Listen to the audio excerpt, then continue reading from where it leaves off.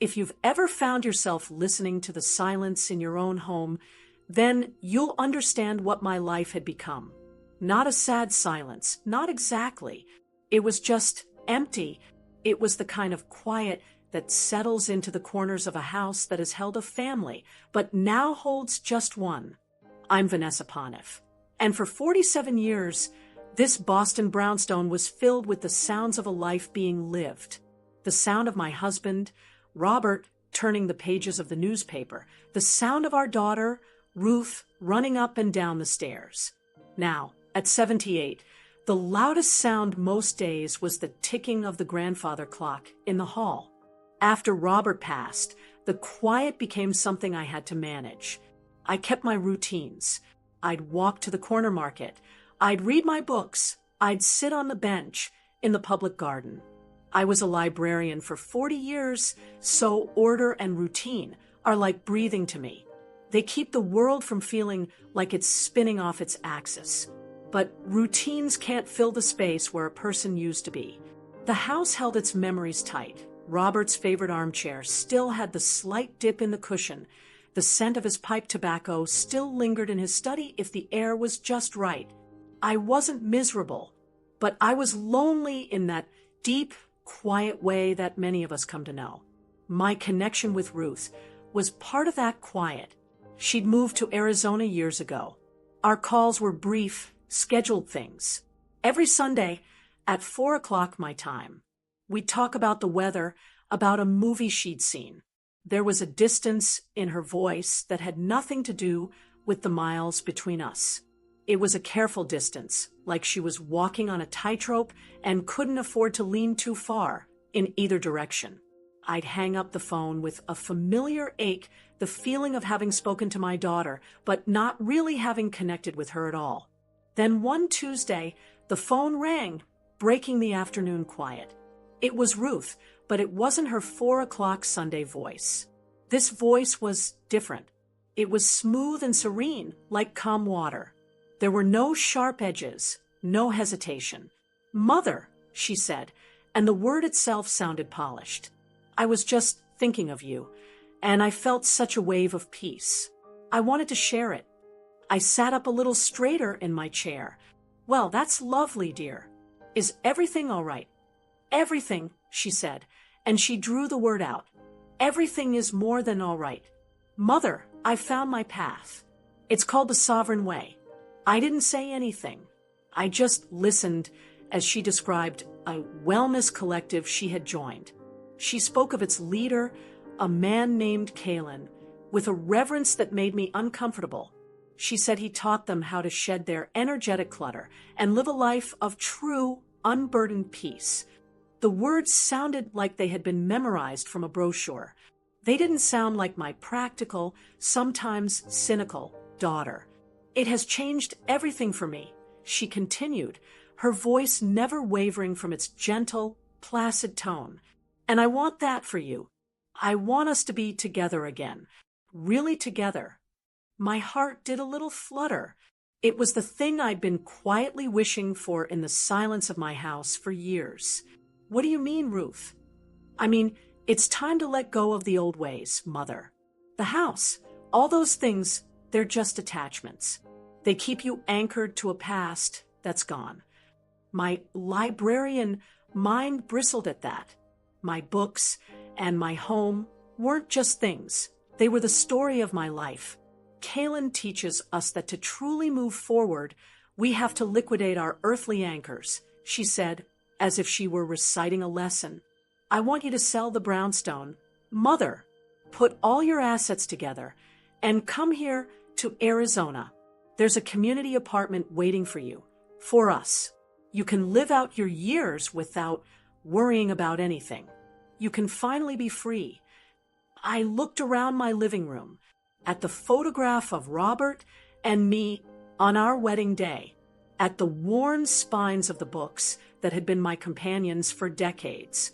Sell all of this, leave the only home I had known for nearly half a century? "Ruth, that's a very big step," I said, trying to keep my voice steady. "It's the necessary step," she replied, still with that unnerving calm. for us to reconnect, for you to find peace. I can't be anchored to the past anymore, and I don't want you to be either. I want you here with me, in the sovereign way, a part of me. The logical part that organized card catalogs for a living was screaming. The robotic voice, the strange talk of a leader named Kalen, the demand to sell my entire life. It was all wrong. But there was another part of me, the mother part, that was so hungry for a real connection with my only child. That part heard only one thing: I want you here with me. It was a pull so strong, so primal, that it almost drowned out the sound of every alarm bell ringing in my head. I told her I would need to think about it, but as I hung up the phone, the silence of my house no longer felt empty. It felt dangerous, and I knew, with a certainty that chilled me to the bone, that I was standing on the edge of a choice that would change everything. A week later, I stepped off a plane into the dry, baking heat of Arizona. It felt like another planet compared to the familiar, damp air of a Boston spring. Ruth was there to meet me. She hugged me, but it was a light, airy hug, like holding a handful of smoke. There was no substance to it. As we drove, she pointed out the mountains in the distance, speaking of their ancient energy with that same serene, placid voice she'd used on the phone. I just nodded, looking out the window at a landscape that felt as foreign as my daughter's new personality. The apartment was on the ground floor of a sprawling, beige complex that looked like every other complex we passed. Inside, the air was cool and still, and the first thing that struck me was the emptiness. The walls were stark white. There was a simple sofa, a plain table with 4 chairs, and not a single thing more. No pictures on the walls, no books on a shelf, no rug on the floor. It was less like a home and more like a waiting room for a life that hadn't started yet. It's a shared space, Ruth explained, gesturing vaguely. Anya and Mira are in their rooms, meditating. We believe in minimalist living. It keeps the mind clear. I met them later. 2 women, maybe in their 60s, with the same calm smiles and watchful eyes as Ruth. They greeted me with a soft, "Welcome, Vanessa," and then moved about the kitchen with a quiet efficiency, speaking in the same gentle, slightly stilted way. It felt like they were all reading from the same script. That evening, I unpacked my small suitcase in the room they had for me. It was just as bare as the rest of the apartment. A bed, a small dresser, a window that looked out onto a patch of gravel. I had only brought a few things to make it feel more like my own. I took out a small framed photo of Robert and me taken on our 40th anniversary. I also took out his old reading glasses, which I kept on my nightstand at home. Finally, I pulled out a small, leather-bound photo album with pictures of Ruth as a little girl. Ruth appeared in the doorway as I placed the album on the dresser. Her smile didn't change, but her eyes fixed on the items. "Mother," she said, her voice soft, "I understand why you brought those. But Kalen teaches us that holding on to such things only keeps us anchored to a past self. They create energetic clutter." I looked from the photo of my smiling husband to my daughter's placid face. "This isn't clutter, Ruth. This is my life. Our life." "It was," she corrected gently, "but we are moving toward a new life, a new consciousness. To do that, we have to release the weight of who we were. Those are just anchors. The sovereign way is about being free." She picked up Robert's glasses, held them for a moment, and then placed them back down as if they were a museum artifact. "You'll feel so much lighter once you let them go." I didn't argue. I just slid the album and the glasses back into my suitcase. It was then I understood I wasn't here for a reunion. I was in a foreign country, and my daughter was its gatekeeper. The conversation I knew was coming happened over dinner, a simple meal of broth and brown rice. Anya and Mira ate in silence. while Ruth explained the final, most important step of my transition. To truly become part of the collective and prepare for the Great Awakening, she began, "We all have to purify our worldly assets. Wealth is a burden, Mother. It ties us to a system of fear and lack. By turning it over to the collective, we are not losing it. We are transforming its energy for a higher purpose." "And what purpose is that?" I asked, keeping my voice neutral. "Kaylin has a vision for a new world," she said, her eyes shining with a frightening sincerity. "This allows him to build it. It allows us to be free from the stress of money, to focus only on our spiritual growth." I thought of the $8 million, the result of a lifetime of careful work and saving by me and my husband. I thought of the Boston brownstone, a place of history and love. To her, it was just a burden to be released. "So, you're saying I should just give all my money to this man?" "You're giving it to the sovereign way, to us, to your own freedom," she corrected. "And we need to protect it during the transition. Kaylin is very clear on that. The energy of that much money is chaotic. It must be contained before it can be consecrated." She leaned forward, her eyes locking onto mine. "That's why we need your safe from home, Mother. We need a secure, central place to consolidate the assets from the sale of the house and your investments. Once everything is together, we can hold a ceremony and Kaylin can finally purify it. It's the most important step." I looked around the clean, white room at the two silent women and my stranger of a daughter. I felt like a bug under a microscope. I was completely alone, but I had never been more certain of what I needed to do. I needed to play along. "I see," I said, picking up my spoon. "If it's what's required, then of course. We'll need to have the safe shipped." Ruth smiled, a genuine, relieved smile this time. "Thank you, Mother. You'll see. It's the beginning of everything." Yes, I thought to myself, stirring the broth I couldn't bring myself to eat. It certainly is. The next 2 weeks were a performance. I spent my mornings on the phone in my room, speaking in low, serious tones. I used phrases I knew they would overhear, like closing costs, wire transfer, and finalizing the estate. I was supposedly speaking to real estate agents and bank managers in Boston. In reality, I was talking to the nice woman from the public library's information desk, asking about the weather back home.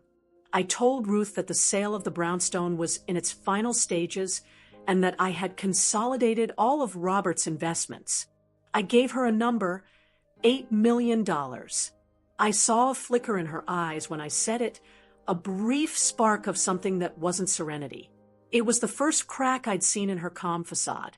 Then, I arranged for the safe to be shipped. It was my old, heavy-duty safe from Robert's study. A big, black, imposing thing that took 2 men to move.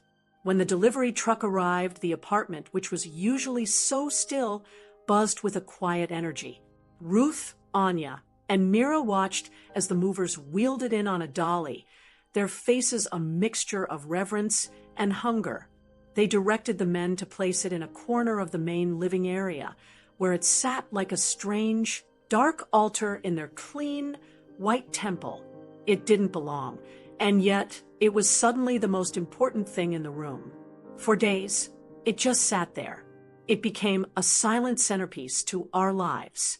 I would find the women standing near it, not touching it, just looking at it, as if it were radiating some kind of power. My performance continued. I played the part of the slightly confused but willing mother. I would ask Ruth questions as we prepared our simple meals. "So, what exactly happens at this consecration ceremony?" I asked one afternoon as we washed lettuce. "It's a powerful process," she said, her hands moving rhythmically. "Kaylin guides us in releasing the energy tied up in the assets. We chant to purify the intentions. We transfer the holdings to the collective's central fund, and in doing so, we free ourselves from the burden of individual ownership. We become one with the group's purpose. And Kaylin handles all of that. I asked, my voice full of false innocence. Of course, she said with absolute faith. Kaylin understands how to manage these energies. It is a great responsibility. It allows him to do his work, to expand the message of the sovereign way. I felt a cold knot tighten in my stomach. She was completely lost to it. To him, every answer was a pre-recorded message. Every thought was a second-hand slogan. My daughter was gone, and this serene stranger was wearing her face. I knew I had to be absolutely sure. I had to know if she was a willing participant or simply a mouthpiece. I needed to know if her words were her own or if they were being fed to her. So I devised a test. It was a simple thing, really, a trick I'd read about in an old spy novel. That evening, I sat with Ruth at the plain table. I feigned a sigh of relief. Well, I said, looking over at the big black safe, I'm glad that's all settled. It's a weight off my mind. There's just one last person I need to inform. Ruth looked at me, her head tilted slightly. Who's that? I took a breath and set my trap. I'll have to call my financial advisor back in Boston, a Mr. Abernathy. He's an old family friend from the neighborhood, handled our accounts for years. I just need to let him know that the funds are secure now and the final transfers are complete on my end. It's just a formality for his records. Mr. Abernathy, of course, did not exist. I had invented him on the spot.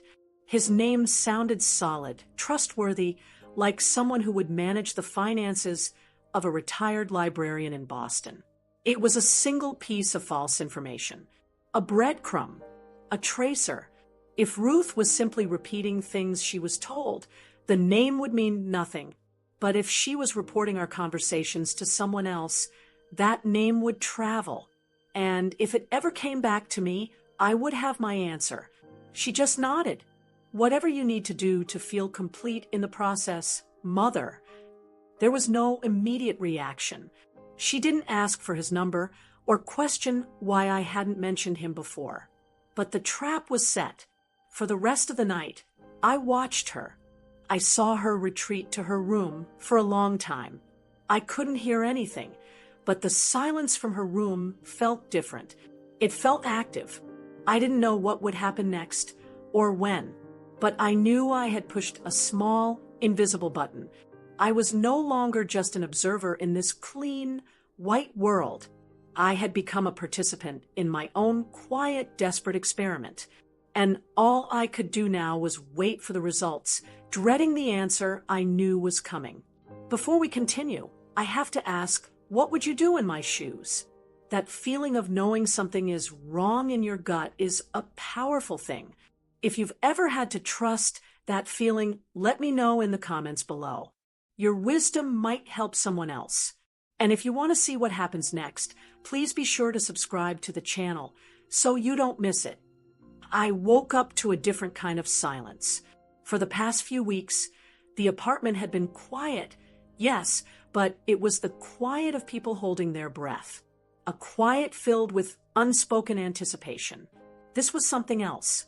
This was the deep, still quiet of an empty vessel. It was the silence of a held breath, finally and completely released. I didn't need to open my eyes to know that I was alone. I sat up and swung my legs over the side of the bed.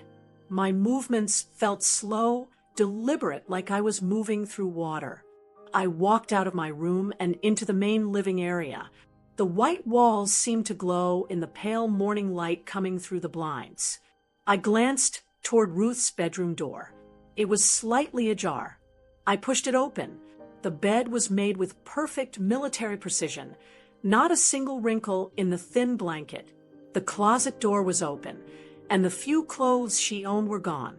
The room was a blank slate, as if no one had ever lived there at all. It was the same in the other bedroom, where Anya and Mira had slept. Empty. My eyes were drawn to the corner of the living room, the corner where the big, black safe had sat like a monument to their greed. It was gone. All that remained was a faint, square indentation in the cheap carpeting. The absence of it was enormous. It was a hole in the room, a physical representation of the hole that had just been torn through my life. I didn't feel a jolt of shock. I didn't gasp. What I felt was a deep, hollow ache that started in my chest and spread through my entire body. It was the feeling of a doctor coming out of a long surgery to tell you the news you already knew in your heart was coming. The dread I had been living with for weeks had finally solidified into a cold, hard fact. She had done it. My daughter had looked me in the eye day after day, and she had lied. She had played her part just as I had played mine, and in the end, her performance had won. I walked into the kitchen, and there, placed perfectly in the center of the plain dining table, was a single sheet of paper. It was a crisp, heavy bond paper, the kind you'd use for a formal invitation, not a personal note. It was folded neatly in half. My hand didn't tremble as I reached for it. I already knew what it would say, more or less. The words were written in a flawless, looping cursive that wasn't Ruth's familiar, slightly messy script. It was a penmanship that looked practiced, impersonal. It read, "Dearest Mother, by the time you read this, my journey to ascension will have begun. Please do not feel sadness or loss. You must understand that what you have done is a great service. Your contribution will allow Kaylin to further the consciousness of the collective and prepare us all for the Great Awakening. You have released yourself from a great energetic burden. And for that, you should feel only peace. What we have taken is not a loss, but a transformation. It is being consecrated for a higher purpose, one you are now a part of." I read the words again, searching for a trace of my daughter. A single, genuine phrase. There was nothing. It was a form letter for a broken heart. And then I saw the final lines, the ones that made the hollow ache in my chest burn with a cold fire. "I'm sorry if this is difficult to understand now, but one day you will thank me. We are all part of the sovereign way now." It wasn't even signed with her name. I lowered the paper and sat down at the table in the very chair where I had set my trap. I thought of the name I had invented, Mr. Abernathy. For a moment, I scanned the letter, almost expecting to see some mention of him. But it wasn't there. It didn't need to be. The empty space in the corner of the living room was my answer. The bait had been taken. My story had been believed, reported, and acted upon. My test was a success, and the result was a catastrophic failure. They had it all. The safe, and what they believed was $8 million of my life. But as I sat there, in that empty, silent apartment, I knew what they didn't. They had the safe, but I had the truth. And the truth was something they hadn't even thought to look for. I sat there in that sterile white apartment for a long time, the silence pressing in on me. I read the note from my daughter one more time, then folded it neatly and tucked it into my coat pocket. I stood up, walked into my room, and zipped up the small overnight bag I had brought with me. I hadn't unpacked much, so it only took a moment. Then I walked out the front door, not looking back, and pulled it shut behind me.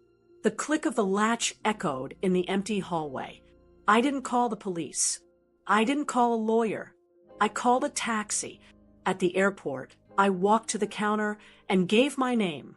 The ticket agent handed me my boarding pass. It was for a flight leaving in 2 hours, direct to Boston. I had booked it 2 weeks ago, the day after the safe had arrived. It was a return ticket for a journey I had hoped I wouldn't have to make. Hope, I thought to myself as I found my gate, is a beautiful thing, but it's a poor substitute for a plan. The flight back east felt different. On the way to Arizona, I had been filled with a nervous, fragile hope. Now I felt a quiet, sad resolve. The woman next to me was knitting a child's sweater. She smiled at me, and I smiled back. For the first time in weeks, it felt like a real smile, not a performance. I wasn't pretending anymore. The worst had happened, and I was still here.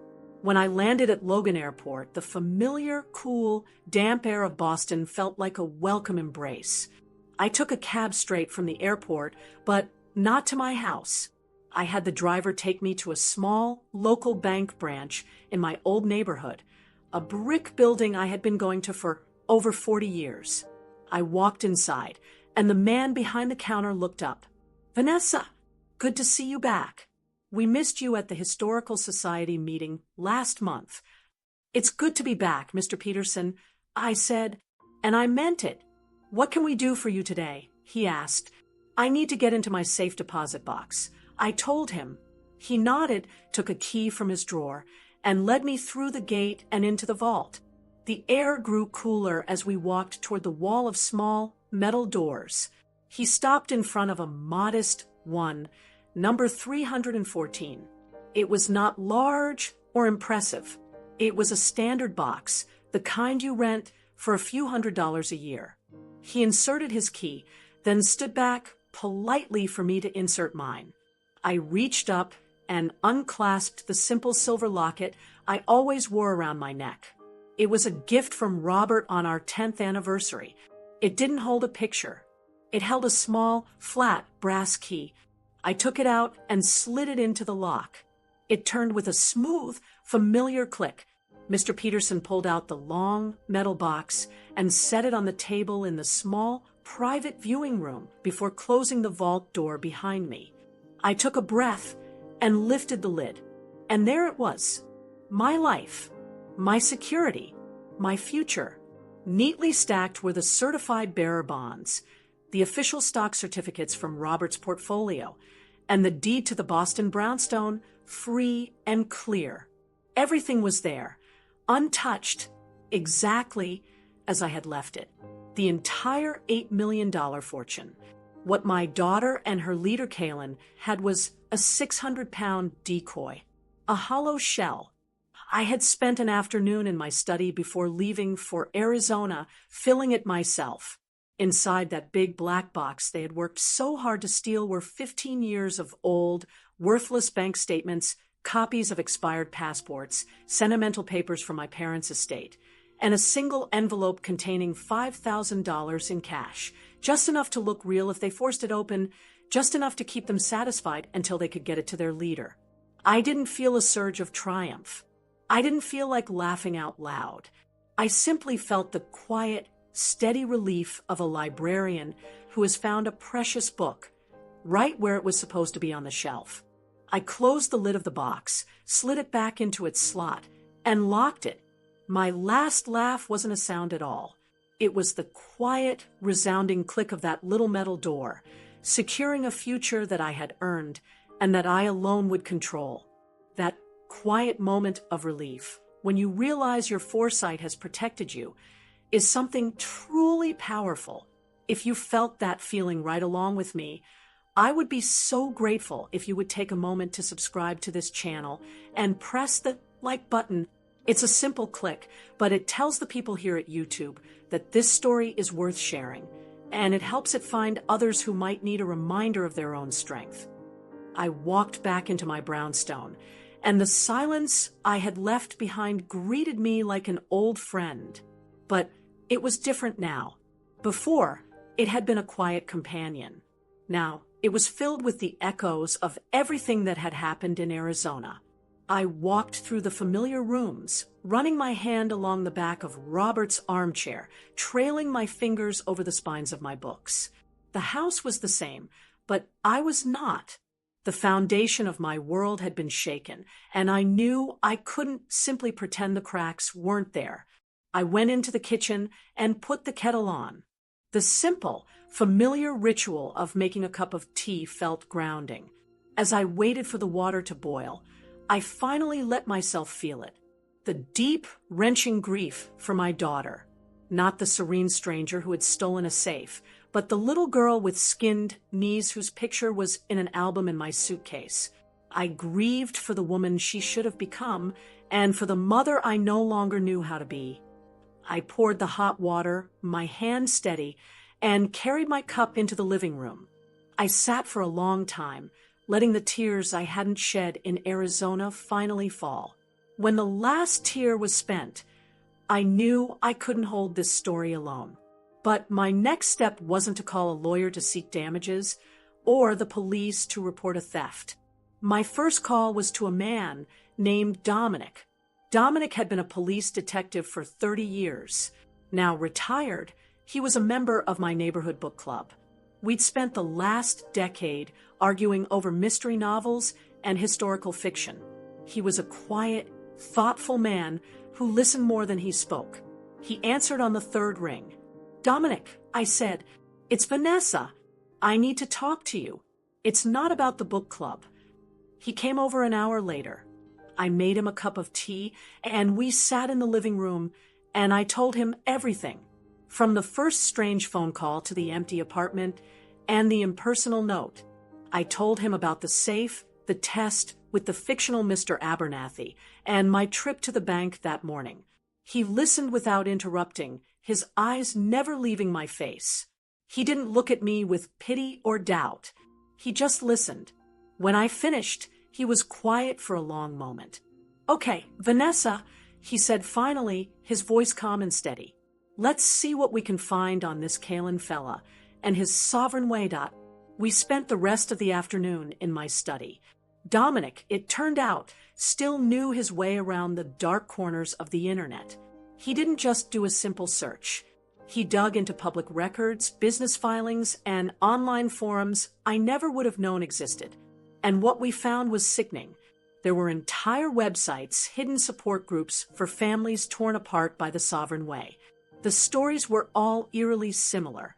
A lonely parent, recently widowed or retired. A child who suddenly became distant, then reappeared with a new, serene personality and a plan. The talk of releasing burdens and energetic clutter. And always the money. Life savings, retirement funds, inheritances, all disappearing into shell corporations and offshore accounts linked back to Kalen. We read a post from a man in Florida whose mother had sold her home and given every penny to the collective. He hadn't heard from her in 3 years.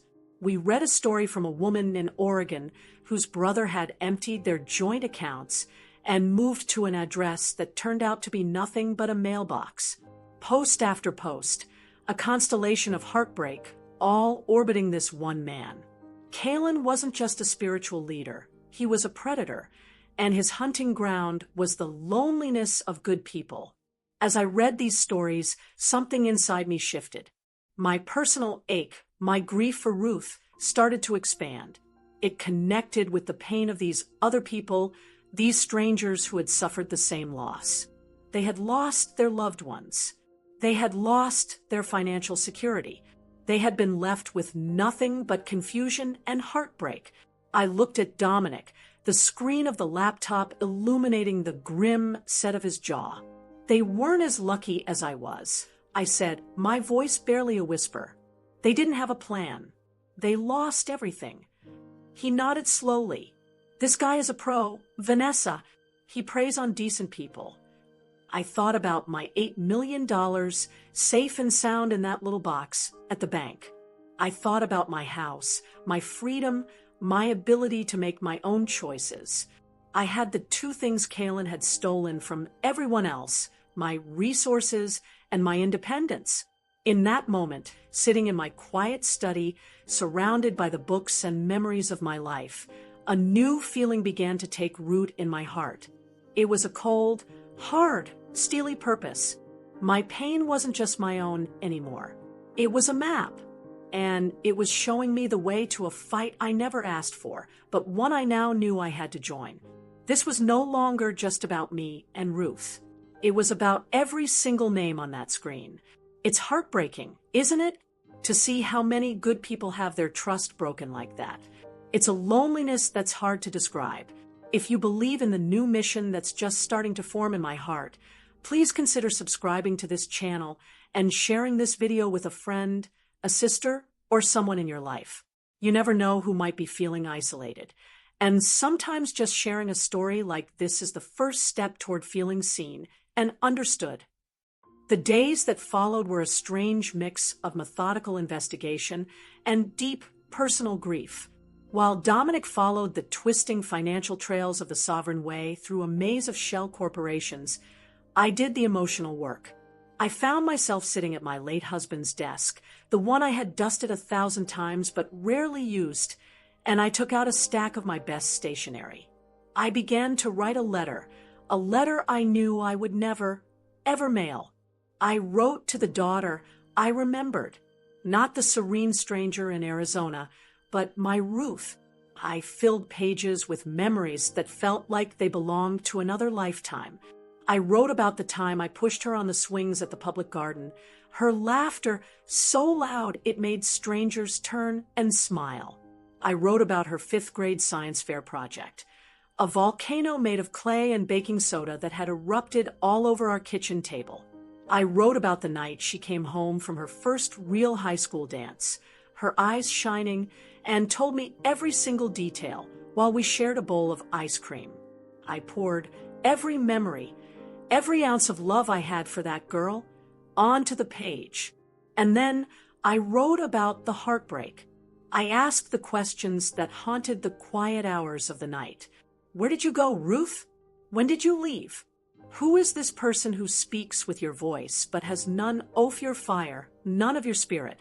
I wrote about my own failings, wondering if I had loved her too little or too much, if the distance between us had created a void that this man Kalen had been able to fill. I mourned her on those pages. It was a grief as profound as any I had ever known, because I had lost my daughter not to an illness or an accident, but to an idea that had hollowed her out and taken up residence inside her. When I finally put the pen down, days later, the stack of letters was thick. I tied them together with a simple ribbon and placed them in the bottom drawer of Robert's desk. They were not for her. They were for me. They were my goodbyes. And with those goodbyes came a cold, hard clarity. The act of writing it all down showed me the truth in black and white. I could not save my daughter. I could not reason with a person who had been programmed to believe that reason was a trap and love was an energetic anchor. I couldn't break through the wall Kalen had built around her mind. Any attempt to reach her, especially with money, would be like pouring water into a bucket with no bottom. Every dollar, every effort would flow directly into the hands of the man who had stolen her. I could not save Ruth, but I could, and I would, refuse to enable her captors. That Monday morning, I made another phone call. This time, it was to a quiet, no-nonsense woman named Janice, an estate planner Robert and I had trusted for years. I sat in her calm, professional office, and I laid out my new plan. I didn't want to just amend my will. I wanted to build a fortress. Following her advice, we created an irrevocable trust. Janice explained it in simple terms. It was like putting my assets in a locked box and giving away the key. Once created, its terms could never be changed, not even by me. It was permanent. The $8 million, my home, everything I owned, would be placed inside it. And that trust would be used to fund a new organization. We called it the Pontiff Foundation. Its mission was simple and direct. It would provide funding for legal aid, financial assistance, and, most importantly, exit counseling for individuals and families trying to escape high-control groups and cults. It would be a lifeline for the people whose stories Dominic and I had read online. It would be for the son in Florida, the sister in Oregon, and all the others who had lost everything. As I signed the final documents, I felt a sense of profound and solemn purpose. I was sealing my fortune away from my daughter forever, and it wasn't an act of spite. It wasn't revenge. In a strange way, it was an act of fierce protective love, not for the woman Ruth had become, but for all the other sons and daughters out there who still had a chance to come home. I couldn't save my own child, So I would spend the rest of my life and every penny I had making sure other mothers wouldn't have to write the same unsent letters I had. It's been 6 months since I sat in that lawyer's office and signed my old life away. I sold the brownstone. The lovely young family who bought it has 2 noisy little boys, and I'm told the old halls are filled with the sounds of laughter and running feet. I'm glad. A house like that deserves to be filled with life. I didn't need all that space anymore. My life now fits perfectly into a smaller apartment on the 3rd floor of a brick building overlooking a city park. From my window, I can watch the seasons change, and I have all the light I need for my reading. But my new home is rarely silent. Most days, it serves as the unofficial headquarters for the Pontiff Foundation. My living room, with its comfortable sofa and sturdy coffee table, has become a planning center. It's filled with the quiet hum of activity. Volunteers, young and old, come and go, their faces earnest and kind. My friend Dominic is here most days, managing the investigative side of our work, his quiet presence a comforting anchor. The phone rings with calls from people seeking help or from lawyers we partner with offering their services. The silence that once defined my existence has been replaced by the sound of purpose. It's the most beautiful sound I have ever known. We've had our first small victories. We helped a man in Ohio get a temporary restraining order against a group that was pressuring his elderly mother. We funded a plane ticket for a young woman in California so she could finally leave a controlling commune and go home to her family. These are small steps, I know, in a very long journey. I don't hear from Ruth. I don't know where she is or what she thinks about the safe she stole, now long empty of its few contents. I've come to accept that her journey is her own. My journey is here. I think back to the woman I was, the one sitting alone in that big, quiet house. For years, I had lived in the silence left by others. First, the profound, aching silence after my husband Robert passed away. Then, the careful, distant silence of my relationship with my daughter. My own voice had grown quiet, too, lost somewhere in the echo of what used to be. But this experience, as painful as it was, changed that. It forced me to listen to my own intuition, to trust my own judgment, and ultimately to speak up, not just for myself, but for others who had lost their voice entirely. Now, my life is filled with the sound of my own voice, my own purpose, and it is interwoven with the grateful, hopeful voices of the people we are trying to help. My last laugh wasn't that moment in the bank vault. The real last laugh is this. It's the life I have built from the ashes of a betrayal. It's the community that surrounds me, and the good work we do every single day.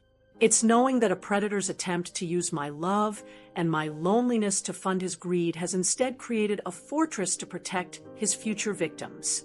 That is a victory that resonates far deeper than any amount of money. And now, I want to ask you a few things, if you'll allow me. Have you ever had to love someone from a distance, not because you wanted to, but because you had to protect yourself or them? What does having the last laugh truly mean? Is it about winning a battle, or is it about finding a lasting peace in your own heart? If a part of my story felt true to you, I want you to know you are not alone. There is a quiet strength in knowing when to let go and when to hold on. Take a moment to share a thought below about a time you had to trust your own inner wisdom. Your story has power, and you never know who might need to hear it today. Thank you for listening to me. If this story resonated with you, please consider giving it a like and share it with someone who might need to feel a little less alone. Your comments mean so much, and subscribing to the channel helps these stories reach others who need to hear them. Be well, and listen to that wise voice inside you. It will not lead you astray.